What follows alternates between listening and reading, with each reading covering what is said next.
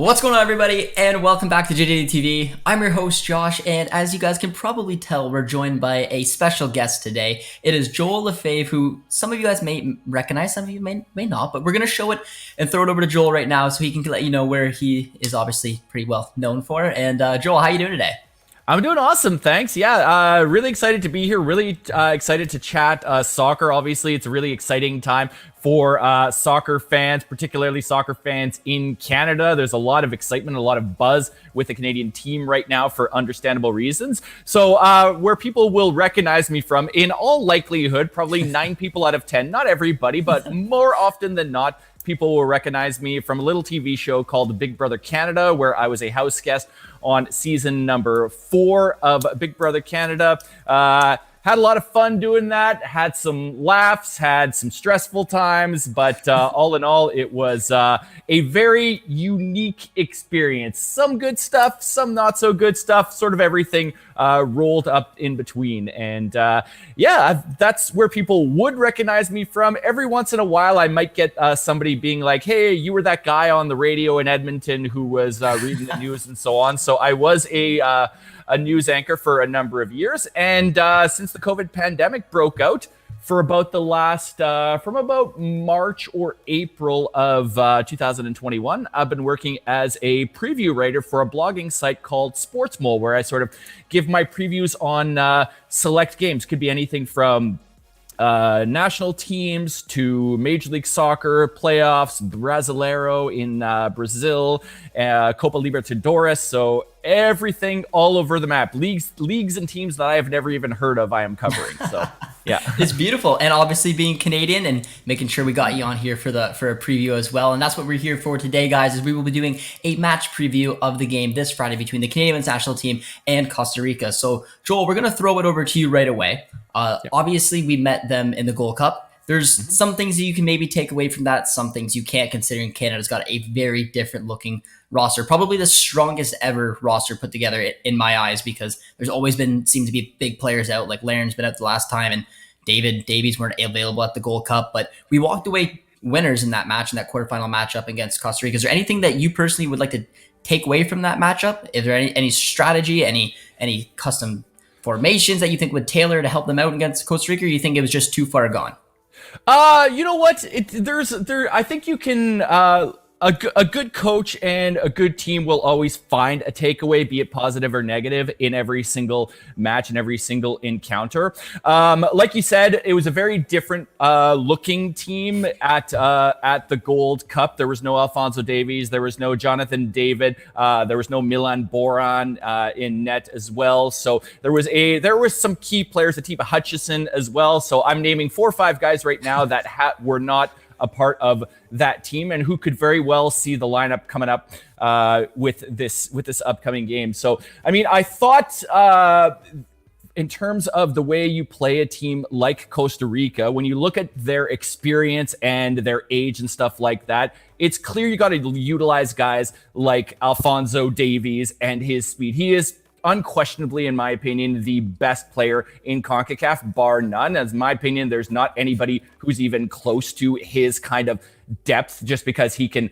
come back and win the ball deep like we saw against Panama. He's been the playmaker out wide. He set up goals. He's scored big goals. He's done everything. So offhand, the obvious thing that you look at when you look at both of these teams, a group of veterans who have basically the nucleus of the Costa Rican team has kind of been the same for the last, like, at least couple of World Cups, more or less. I haven't seen any really newcomers emerge. So that makes it kind of an easy thing for the Canadians like John Herdman and stuff to scout, because, okay, we've seen Joel Campbell time and time again, Brian Ruiz, Oviedo, and so on. Obviously, I feel like Canada's going to have to watch out, because when you look at the experience and the youthfulness of Canada on the opposite side and the speed of Canada, I'm going to expect perhaps some hacks, some fouls, a lot of things that the Costa Ricans are going to try to do to create a bit of to create a bit of an imbalance over there. And the likes of Davies, he's used to that by now. He's gonna take a few hacks here and there. Absolutely, yeah, and you're totally right because when it comes down to Costa Rica, they are a aging squad, and I think a lot of people were kind of ruling them out a little bit, but they're showing that they're definitely still in the mix for that top four spot. And looking at players like Brian Ruiz, of course, Kevin Navas isn't going to be involved. Joel Campbell, those are two of the big guys you're going to have to keep an eye out for. And my guess is they're probably going to play that 5-4-1 system that you're going to see a lot, especially knowing that Canada is so dangerous the way they are. So let's come up with a starting 11 and see how to counteract that because usually with Costa Rica, like I said, you're going to see that 4-5-1. You could maybe see a 4-2-3-1, but I highly doubt it knowing how talented these Canadians are. So the question is with John Herman, as we saw it against Mexico when he went to the Azteca and he went with switch things up and went out completely out of the blue with that 4-2-3-1. I'm not really expecting that, especially with Larin being that fit. I'm more than less kind of picturing that 3-5-2 system. So I'm going to list off my starting 11, and then Joel, I want you to just come in afterwards and let me know if you agree on some of the positions because it's a real debate.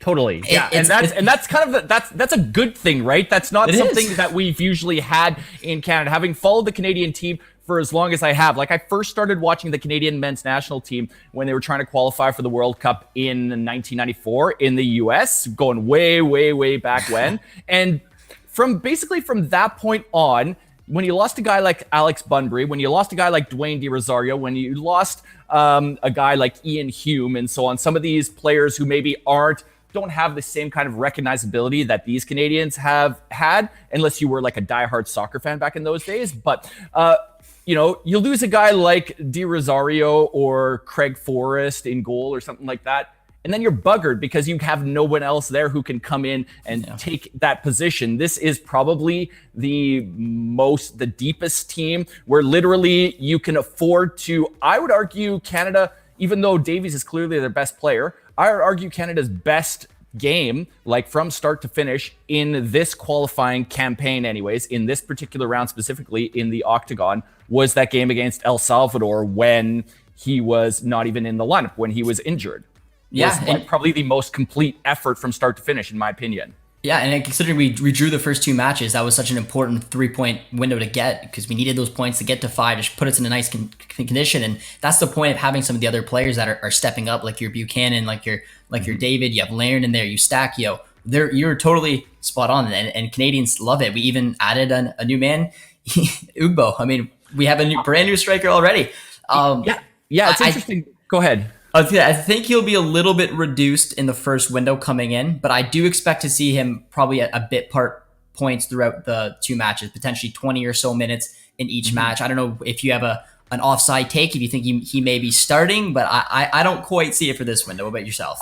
I think it's really dependent on how well Canada does in these upcoming two games. Certainly, if we are able to take care of business in these two games, pick up 6 points at home, that puts us in an incredibly strong position down the stretch for the final window, which I believe is in January before the qualification stage. So in a hypothetical world, if the Canadians are able to take care of business, get all 6 points, I think for this particular window, I see him coming on maybe if we're trailing a game or need a goal, particularly in the Costa Ricans, because I think that's the one where we're really going to go after and win. I feel like if we're even like we were against the Mexicans at home, there may not be as much of a sense of urgency because a draw against Mexico, even though it's at home, is not that bad of a result necessarily because Mexico are clearly the team that everybody has always been the most intimidated by in CONCACAF, and for good reason. So I feel like in this window, I see him coming on for like a final 10, 15 minutes of a match, maybe taking over for the likes of a Larin or a Jonathan David and so on, and just seeing what he's like, seeing what he's got. So whether that is if Canada's up by a goal or Canada is even or whatever, I see him coming on just as like okay, let's see what you got. You've been putting on some good performances in Europe. Let's see what you can do here with the national team, because it's new system, new way of playing. So it's a whole different ballgame. Sometimes we've seen guys who can produce well for the national team. Like I'm French. A great example of that is the way Pogba plays in Manchester United is so different from the way that he plays with the French national team. Yeah, And we see absolutely. differences between the two of them. So And it is just an extra piece to have as a depth player. I do agree, like you said, he'll be relaxed, but we'll hopefully be able to see him a little bit because a lot of Canadians are very excited about him. But I do agree that this Costa Rica match is the absolute must win. This is the 3 points that we need. The point against Mexico or more would be an added bonus. But I like the mentality switch. I've had a lot of people reaching out to me saying, Josh, it's 6 points are nothing, and I'm a bit of a realist, but I mean I would take 4 and walk away from this window with a happy smile on my face. But there is, back to the lineup, when we take a look at Jonathan David and Kyle Larin, we know that sometimes those two hasn't quite blossomed the way that we've kind of hoped that they would. I don't think it's going to deteriorate Herdman from starting him. So Joel, this is going to be my starting 11, and there's one key player who I'm going to leave out. It kind of bugs me, but we'll find out. So in goal, I think that we're going to go with Borjan. I know that Crépeau, in my opinion, is the MLS's best. I think he could absolutely take on this position, but I think Borjan, you just see the leadership, the mentality. He's your guy, and I just don't think there's a massive question around that. At right wing back, I'm going with Tajon Buchanan. I think he's better up the pitch, but I do see this 3-5-2 system, and that's kind of where you're going to have to see Buchanan. Outside right center back, I got Alistair Johnston, with our central center back being Victoria, and our outside left center back being Kamal Miller. At left wing back, I got Alphonso Davies. The two center mids, I have Hutch and Eustachio, with kind of that cam player being Osorio, and the two strikers being Larin and David. Joel, what do you think?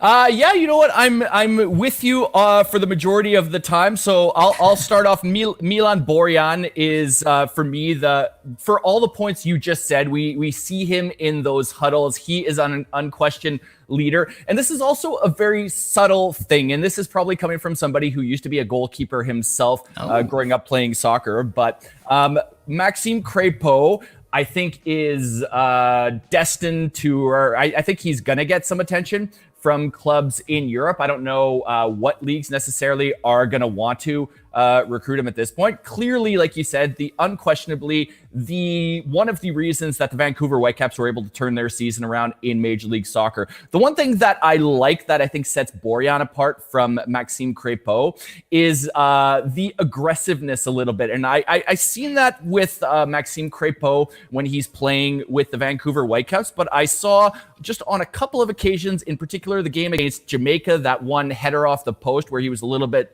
late coming off his line on that one, and the goal as well. He played great. And he's a different kind of player. He's a quieter guy and a lot more composed. He doesn't need to be like talking it up and screaming as much as Borjan has. But that's why I put Borjan in there, because when you're a keeper, you need somebody who is that presence, who lets guys know, like, all right, man to man, stick tight with this guy, and so on. And Borjan is just a more communicative guy, I feel like, than Maxime Crépeau. At the back, I'm with you. I've got Alistair Johnston. I've got Victoria as well. I think if there is a weak spot in the Canadian team, it is in that central defense, where they do kind of like can get pushed around a little bit by some of the bigger guys. But I think Victoria is the most well-equipped to deal with attacking threats. And I'm going to go with... I hope he was chosen for this, Richie Laryea. I'm going to have Richie Laryea as long as he's available. From what I saw, I believe he was on that list. So I'm going to put Richie Laryea out wide. I think he provides not only some speed to handle guys out in the wing, but he can also come in for some overlapping runs and add to the attack as well. And I think he's the best attacking option at the back for Canada. Out in the midfield, Tajon Buchanan out in the wing, holding midfielders. I'm going to go with Eustachio and Atiba Hutchinson. I think those are the two most versatile guys. Those are the guys that can provide some of the link-up play in between the lines from defense to attack. I'm going to put Alphonso Davies out on the opposite side. So Buchanan's out on one wing, Davies is out on the other wing.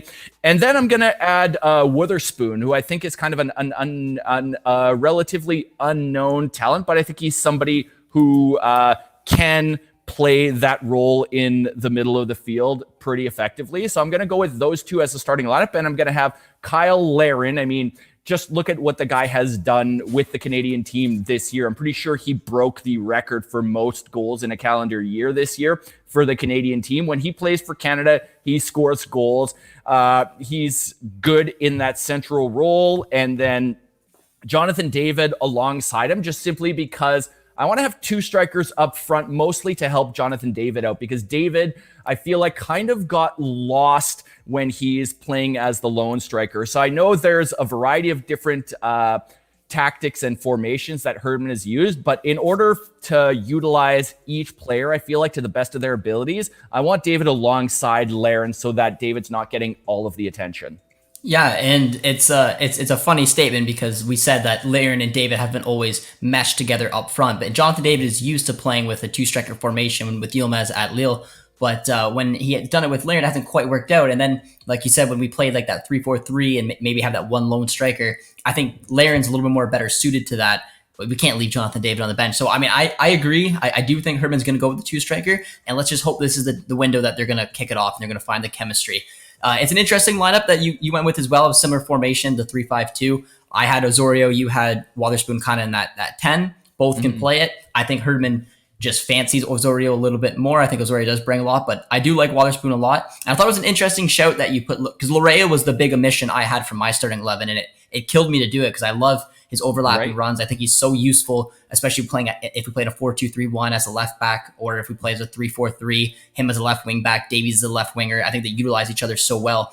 I don't know if he would use Larea as an outside center back, but he potentially could. I haven't seen him do it yet. I think Kamal Miller with that left foot puts him at an advantage there. But depending how attacking he is, it is a way to get all those players on the pitch, because that's the struggle. The only way I really see us doing it is going with a 4-4-2 and having Larea at left back and Johnston at right back, and then you have Davies and David Laren up front, Davies and Buchanan on the two wings. So it'll be interesting, Joel. I'm excited, but I did feel bad not putting our boy Larea in my starting 11.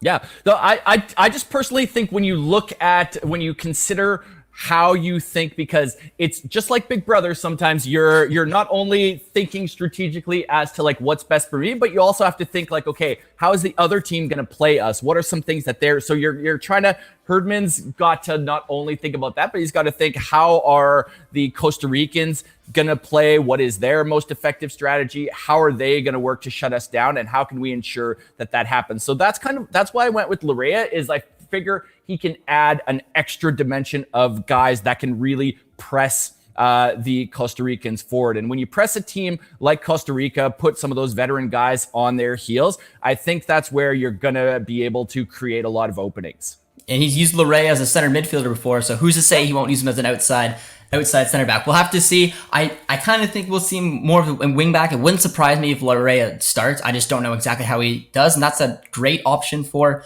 John Herdman, because he's got to be the one who figures it out, and we get to just sit back and analyze it. But it'll be pretty exciting, Joel.